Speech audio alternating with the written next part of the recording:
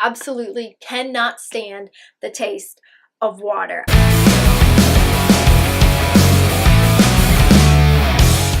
Hi, thank you for clicking on the video, and I hope everyone is doing really well.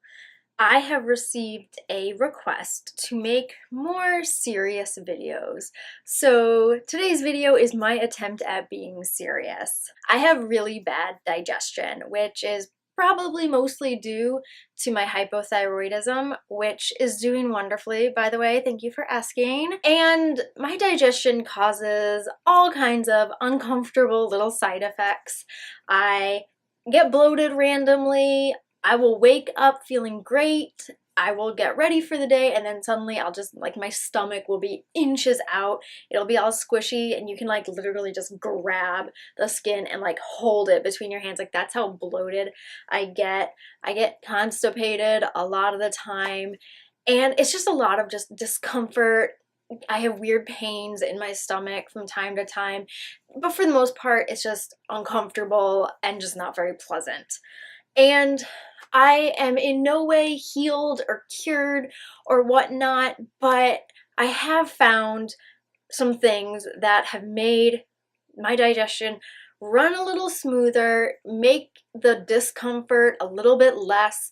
And today I'm going to share what I've been doing to try and make my digestion better and improve my quality of living, because there's nothing like just more disheartening than just feeling gross all day long, especially when you're trying to recover from an eating disorder that tells you you're gross all the time, and then to just physically just feel it, and you're trying really hard to believe that you are just all good and like worth it and, you know, good enough and everything, and you're just feeling like utter crap. There's nothing worse than just being uncomfortable. So here is what I've been doing. Everyone is different. I'm not a health professional. I have no expertise in digestion or whatnot. These are just little small changes that I have made in my own life that I have found beneficial and helpful, so I'm going to share them with you today. The first thing that I started doing, and it's a no-brainer when it comes to digestion, constipation, bloating, and all that stuff, it is fiber. I have talked about fiber in other videos and how much I love fiber. The reason I love fiber so much is because it has helped my body tremendously. It is very, very important to find sources of fiber that work for your body. A lot of people eat prunes or drink prune juice to help with like their bloating and constipation, and people have recommended it to me as well, and I did it, and guess what? It had the complete opposite effect on me. I was bloated for days. I was in pain. I mean, just so much pain. I just wanted to lay down and die. Prunes are not my friend. My first thing of advice is find sources of fiber that work for you. And it might require you to go through a lot of trial and error, as it did for me. There were a lot of times with prunes, found out really does not work well for me. I tried dried apricots. Did not work well for me. I tried a lot of sources of fiber until I really settled on dates and raisins. Those are the top two that really work wonders for me. I try to eat them every single day if I can, and that has really helped the movement of food and digestion and all of that. And yes, you might have to risk a little extra discomfort here and there as you're figuring it out, but it's totally worth it in the long run because you're gonna find what works. The second thing is, most of the time I am trying to focus my diet around foods I know are easy to digest. Foods that are easy to digest and that I really enjoy are white rice, applesauce, fruits, dried fruits, fresh vegetables, fresh fruit. Most foods that are easy to digest have a good content of fiber. So that kind of plays into my other suggestion. Another thing that I do is I limit high fat or oily or highly processed foods. I limit them. I do not exclude them. I am not afraid of fat. I do not fear fat, but I try to avoid highly processed fatty foods as best as I can, but I do not eliminate them and I do not exclude them. There's nothing wrong with enjoying some coconut ice cream or a day of pizza now and then. It's okay.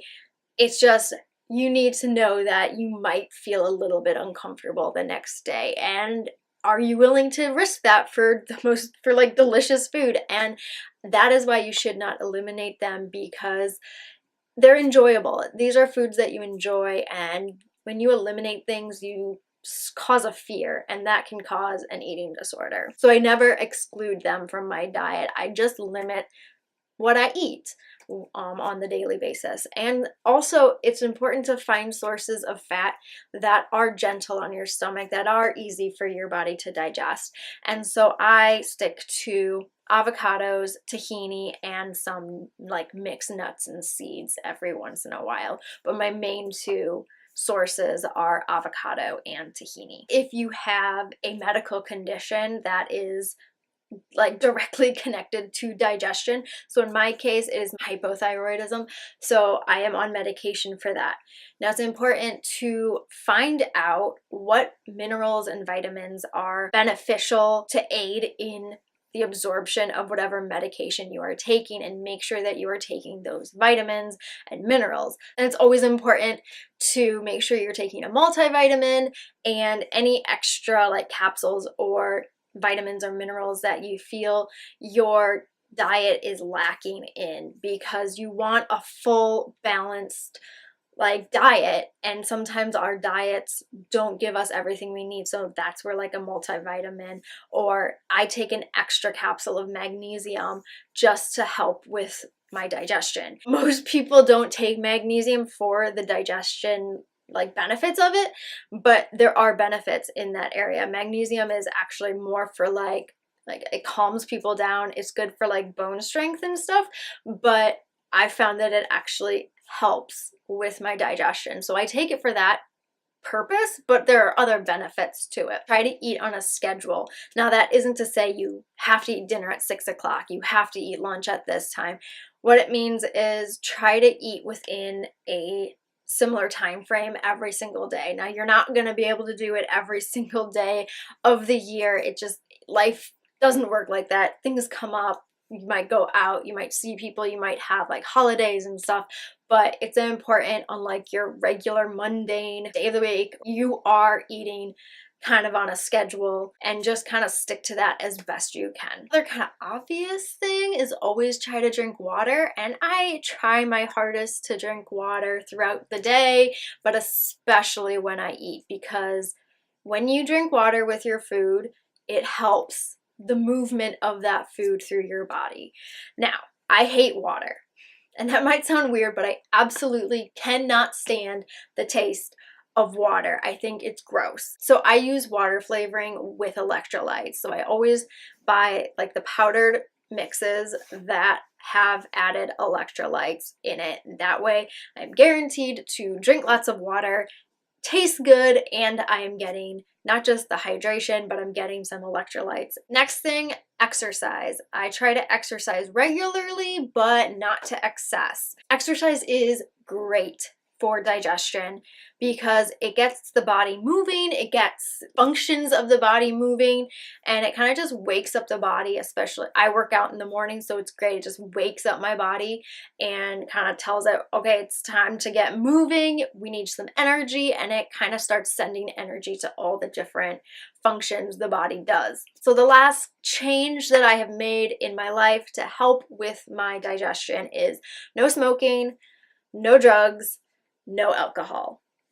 I should do a full video about this on its own because it needs to go in depth, but just for the sake of summary and keeping this short, because I know I can talk a lot. If you are trying to heal a part of your body, especially your digestion, you cannot put poison in your body, especially when that poison is directly linked to the thing you are trying to heal. Alcohol, I think, is like the number one thing that if you want to heal your digestion, give it up. And it really has helped. And the final thing I want to talk about really quickly are the things that probably if I gave them up, my digestion would probably be so much better. If you really want to heal your digestion, maybe give these up.